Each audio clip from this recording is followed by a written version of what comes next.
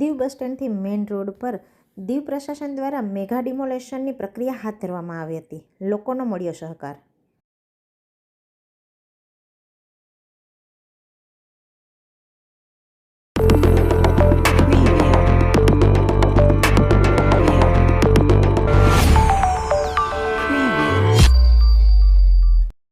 કેન્દ્રશાસિત પ્રદેશ દીવ ખાતે છેલ્લા ઘણા સમયથી રોડ વાઇડિંગને લઈ અનેક સ્થળોએ ડિમોલેશન દીવ પ્રશાસન દ્વારા કરવામાં આવી રહ્યું છે.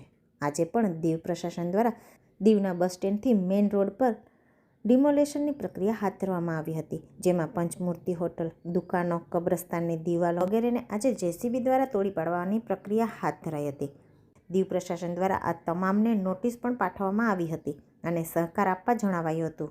આજે સવારથી જ ડિમોલેશનની પ્રક્રિયામાં પ્રોપર્ટી માલિકો દ્વારા દીવ પ્રશાસનને સહકાર આપવામાં આવી રહ્યો છે.